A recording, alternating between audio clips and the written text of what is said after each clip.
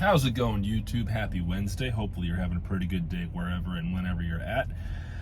My day is not great, but it's not terrible. Let me give you some backstory on this. So, yesterday morning, I booked a load while I was being unloaded at yesterday morning's delivery. And looked like a pretty straightforward load. It was for a customer I'd worked with in the past and had a little bit of experience with, so I kind of knew to expect there to be some issues potentially on either the pickup side or the delivery side. And as it turned out, there were issues that developed on both sides of the equation. So here's the situation, without naming names for the broker involved or the customer involved, because I think this is just one of those situations where stuff just kind of ended up kind of spiraling, because we are getting pretty close to Christmas. And so that the holidays always tend to jumble things up here. So I'm trying to give grace whenever and wherever possible, just because I don't believe that this was incompetence. I think this is just an accident. Anyway, the first issue with this load is that I was told by the broker, based on the information that they had, that this was going to be an open pickup window from X time to Y time. Okay, straightforward, no problem. I told him, yeah, I should be there, kind of by this time frame, give or take. I ended up being a little bit later because I went ahead and stopped for some fuel and launched into shower breaks. It's an open pickup window. This broker is reputable. We've got the time. Let's just go ahead and get this thing done with, because in case it takes a while for them to load me, which I kind of thought it was going to, because I've worked with them before, this customer anyway. Let's just go ahead and get this done now, so it's just off of my list of things to do. I've got the fuel taken care of, I've eaten lunch, and I've got my shower for the day sorted out, because I like to be clean. But anyway, so I get to the shipper, and then when I checked in and gave him all my information, I said, oh yeah, this appointment was for 11 o'clock this morning, we needed you here at that point. I was like, oh, the information I had was this is open window from 11 to 8. I'm like, no, this particular pickup number, we had this scheduled for 11 o'clock this morning. I'm like, oh, that's unfortunate. I mean, what am I going to do, complain about it to the guy who's in charge of shipping people out?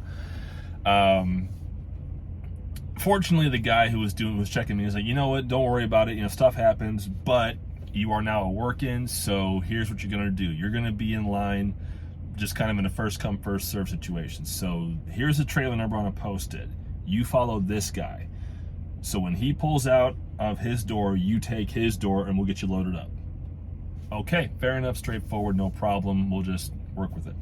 So I get back in my truck and I call into the broker and say, hey, this is actually a strict appointment time, not an open window. Just want to make sure I pass this up the chain, because this is now an issue. They're still going to load me up. I am a work-in, but that's going to blow this timetable completely out of the water. So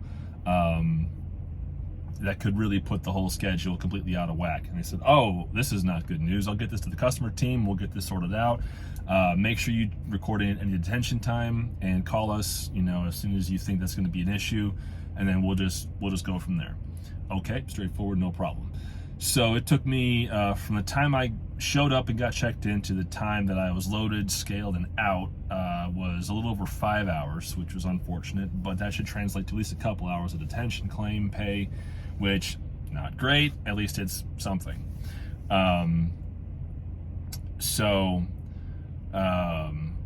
Got loaded, and then the funny part of this load is that where I was picking up was in the middle of nowhere, Missouri, the backcountry, backwoods, nowhere of Missouri, not anywhere near any major highway or interstate, just middle of the backcountry hills, Missouri. So the route the GPS wanted me to take was like, here, turn down this gravel path that has a 10-ton weight limit on it, and then go on from there. I'm like, oh no, I'm gonna just stay on this paved road until I hit the next highway. And then the paved road became a gravel path with a 10-ton weight limit on it. So it's just like, okay, great, I am now crawling through the backcountry of Missouri on gravel. Good times.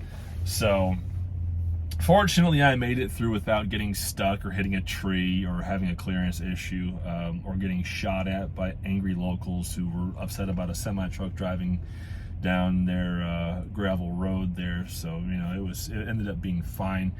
And I crawled a pretty good number of miles, thankfully, last night before I found a patch of gravel in a podunk truck stop in the middle of nowhere, Tennessee, to shut down in and do a 10-hour break. And this morning the broker called and said, hey, what's the situation? Where are you at? Okay, well, I'm about to finish a 10-hour break, and as soon as I get that break done, I'm going to get rolling, get right to the receiver, get this load delivered. Okay, good, no problem. We did talk to them. We've kind of got everything sorted out a little bit here. We do have an official appointment time for you on the books, just to say that we had it rescheduled for everyone's record keeping, but the receiver told us to tell you that just get there as fast as you can, and they will work you in on a first come first serve basis to the best of their ability. So as long as you get there, they should be able to get you into line to get unloaded and then get you taken care of. Okay, but just in case, we've also got this appointment time for you on the books as well.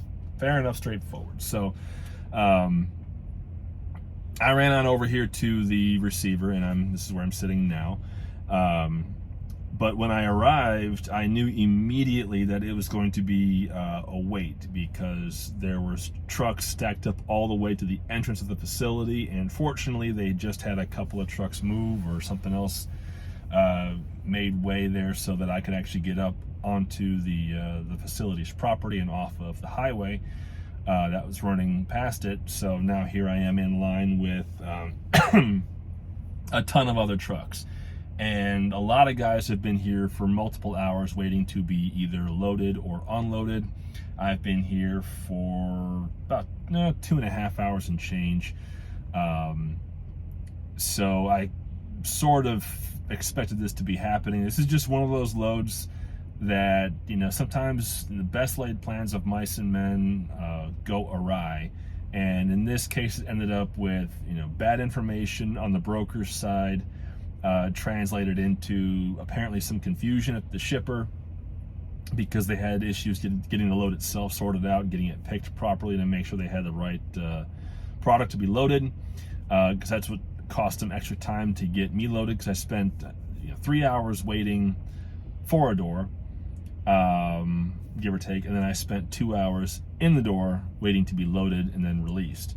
So I'm hoping it won't be quite that bad here, but I'm back pretty deep here in the lineup of trucks, and it's going to be one of those nights, I think, where I'm going to be here for quite a while waiting my turn to get unloaded.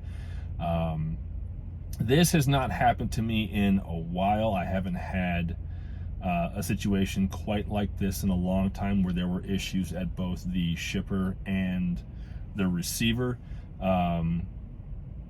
Usually it's one or the other, and then you reschedule somehow, some way, so that the next phase of the load is, accounted for in some capacity, where there's some understanding. You push everything back by a day, or you just say get here whenever, we'll work you in, or something else happens. So it's the last time this has happened to me, it was usually, I think it was the Rivian loads I worked, where I had to wait. I think in one case it was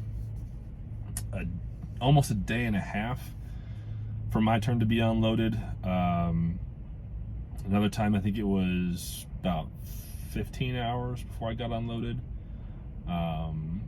And I talked about that in videos I made months ago, but this is not a Rivian load. This is a different customer entirely, and for their sake, I will decline to name them, because again, I think this is just one of those situations where stuff just kind of it's just one of those things. That does not mean, however, that I'm going to cheerfully work with this customer again. I will be trying to avoid this kind of a load in the future, just because of the immense amount of time that I've lost and am losing on this load. This is basically going to cost me a day's worth of work in order to get this load off the truck after having moved it from point A to point B. And I'm not really a fan of that, but every now and again, these situations, they just come up, and you just got to, deal with them and be as professional as possible, and not, chew lead and spit nails and, make a nuisance of yourself, because it does neither you nor anyone you're working with any favors, because I have heard tell, especially recently, that carriers have gotten some nasty grams on their records from either brokers or customers because of unprofessional behavior by drivers or maybe even owner operators. And as a single truck operation, I don't need that. That doesn't mean I'm not going to stick up for myself or defend myself, my reputation, and my business. But that also means that when sticky situations like this come along, I'm going to immediately become a Karen. Because that does no one any favors, and it only will likely make the situation worse. And that's what I don't need when I'm, stuck, whether I like it or not. Because I can scream and cry all I want. That's not going to get me into a door any faster, because there are still, looks like every door is occupied right now. Because I can see the loading docks, and every door is occupied with a truck waiting to be loaded or unloaded. So it's just one of those things where patience is a virtue, and thank God for YouTube, Netflix, and all the other means of entertainment at our disposals these days in order to keep ourselves occupied while we wait for our opportunity to get the job done. And with that being said, YouTube, thank you so much for watching. Hope you're having a good day again, and I will see you down the road.